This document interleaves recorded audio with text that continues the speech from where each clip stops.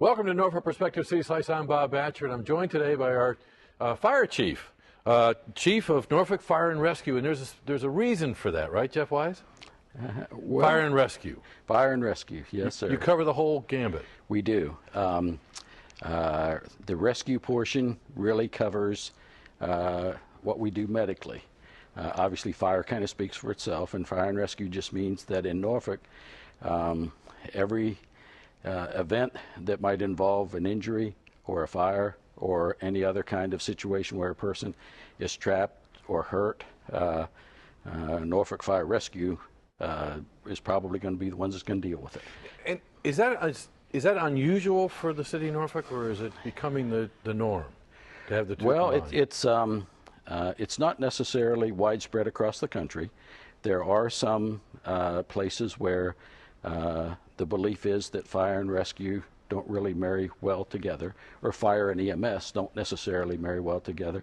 We kind of look like that it's sort of like peanut butter and jelly. It fits well. Yeah. You know, a lot of talk sometimes involves how many fire calls have you had, how many medical calls have you had.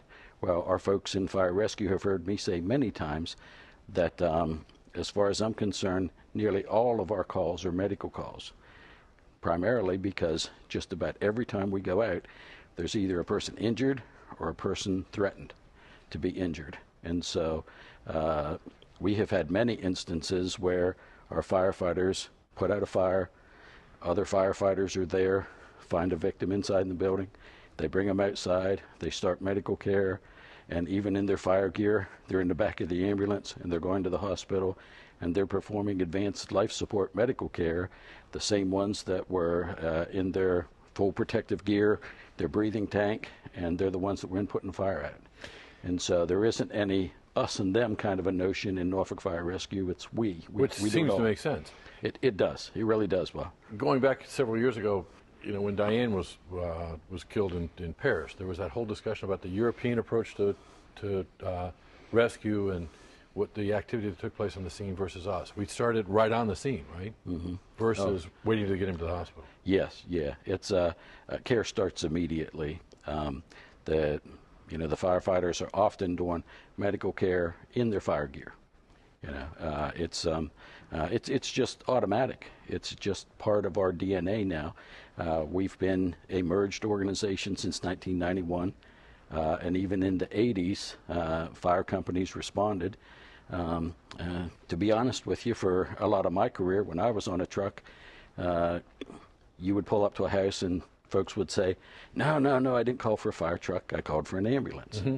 They don't say that anymore because they know. Because they get the same service. The fire truck pulls up. That fire truck has trained medics, has all the equipment that the ambulance has, with one exception. It doesn't have the stretcher.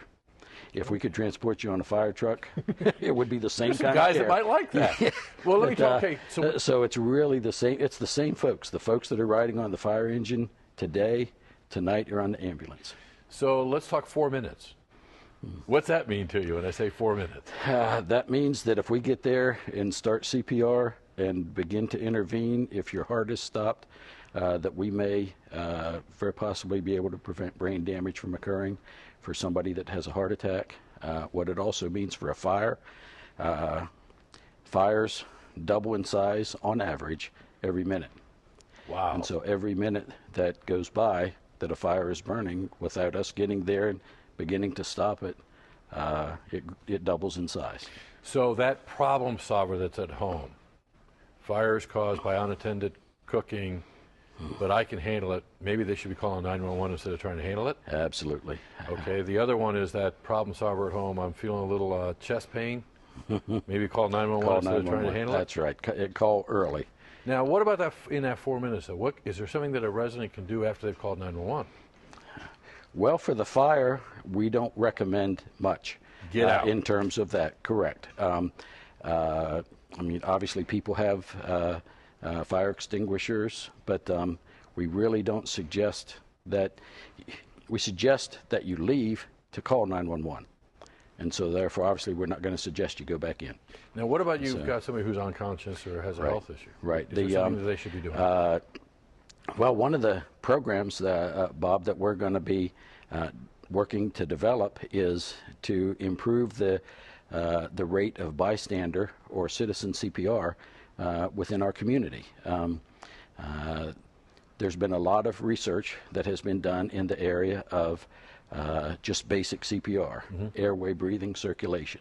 And what has been, the information shows that the most important thing that needs to happen is the chest compressions.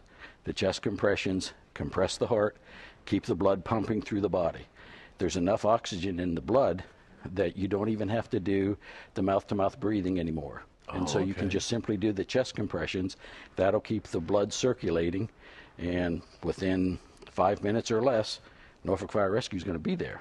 But we really want to try to encourage our citizens to be willing to learn bystander CPR and to help in that regard, to help with chest compressions until we can get there. So we're going to be working to reach out to the community to try to offer some training like that. I know our operational medical director, Dr. Barry Knapp, is working on some grant funding to try to help get EVMS physician students involved in the program. Cool. And so we're really working on really trying to make a real conscious effort to up the awareness of citizen bystander CPR. Because to be honest with you, I mean, I was trained years ago. It always kind of made me nervous because it seemed like, number one, you're dealing with somebody's life. I'm a little nervous about it. And do I breathe here? Do I breathe first? And then, so you're saying it's really been simplified. It has very much, and obviously people have concern. The mouth-to-mouth component of CPR was a concern. The data shows now that mouth-to-mouth isn't really necessary. When we get there, we have the ability to provide oxygen safely, and the oxygen that's already in the bloodstream is sufficient if you can just circulate the blood by compressing the heart. Okay. So really excited to try to work with our community to get more involvement in that area of our pre-hospital EMS. There you go. Well, Chief, that involvement with the community is something that's been really important to you. I know that being engaged in fire prevention work and education, but you've also been fostering the program for a long, long time about, and I almost hate to admit, because this is time where I'm going to come close to confessing, but I'm not going to. That infamous beeping noise you hear when you burn the bacon. But it's an important device, isn't it? The fire. It's as far as the thing that you can do to try to help protect yourself from fire.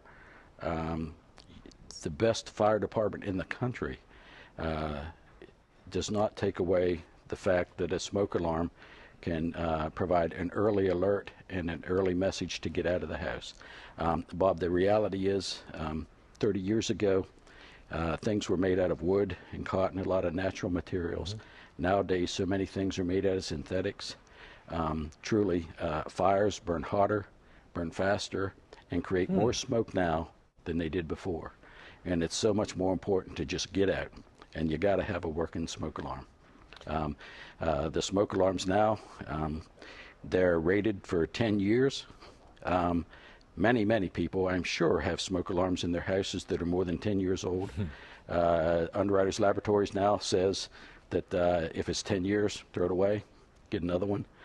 They actually make them now with a 10-year battery.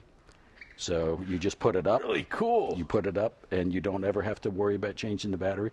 When the battery goes bad, you throw it away and get another one. But if you've got one of those that's hanging and it's a good one, replace that battery at least once a year. Right. We say spring and fall, but generally, once a year works. But the important thing is the next time you change the battery, look inside, find the date when it was manufactured, and if it's more than 10 years old, get another one.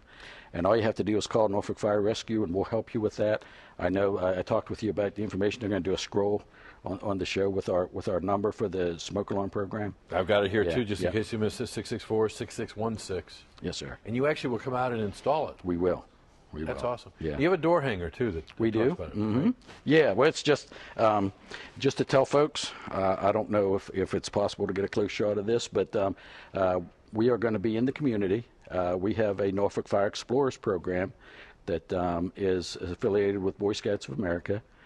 Some of the projects that they're working on are going out and knocking on doors, just asking folks if they have a working smoke alarm. We're going to be doing the same thing with our members and our fire trucks, and they're going to be out in the community as well, knocking on doors. If you happen to see them in your neighborhood, but they never make it to your door, what's likely happened is they got a call and they had to leave. And so we'll be back, but we're going to be through the spring, summer, and fall, going to be knocking on a lot of doors in Norfolk, just trying to make sure that every house, every residence in Norfolk has a working smoke alarm. Cool. Jeff, we only have a couple of minutes left, but you made a comment when you started with the fire department, because this was one of your first jobs out of school too, right? It was, yes, sir. So this is in your DNA. It's I'm one of those guys that, you know, in my teenage years, what was emergency, you know, out of L.A. County, Squad 51, Gage and DeSoto, those were the firefighters. You know, that's what I hurried home after school to get home and watch those shows. And for as long as I can remember, I wanted to be a firefighter. But I grew up in an area where when I told my grandmother that I was going to be a paid firefighter, she said, "You mean people get paid to do that?" Because her mentality was the one volunteer fire truck around the corner, and everybody went when the whistle sounded. So whenever I moved to the city, why, everybody was, you know, kind of surprised. But my mother and dad knew that it was a dream come true for me. That's awesome. Yeah. Because things have changed. I mean, it's no longer the respond to a fire, but now it's the, you know, with Homeland Security and our... Oh, yeah. Technical rescue, hazmat, and all of the dangers that are associated in today's world with biological and chemical risks and bombs and so many things. Why firefighters nowadays are expected to know more and be experts at more things than I would have ever guessed 36 years ago. Well, I want to thank you and thank the entire force for being those ones willing to run into the fire while encouraging others to run out. Yes, sir. Yes, sir. It's interesting that a police officer would often say, "I wouldn't do what a firefighter does," and most firefighters would say, "I wouldn't wear a gun." And so it takes a different mindset. But the public safety team in Norfolk is an awesome team. Well, pass along our thanks. Yes, sir. Thanks for joining us. Okay. Bye.